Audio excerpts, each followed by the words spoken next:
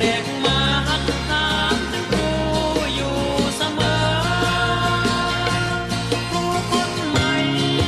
อยู่ไหนกันเล่าเด็กชะเง้อ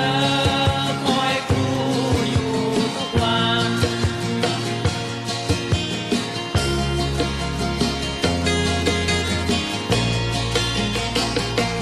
ครูมากมา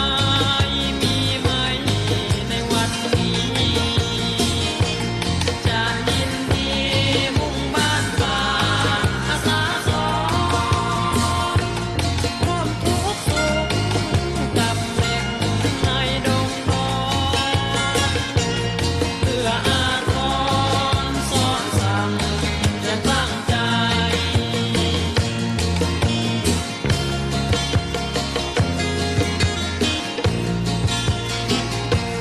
จงไป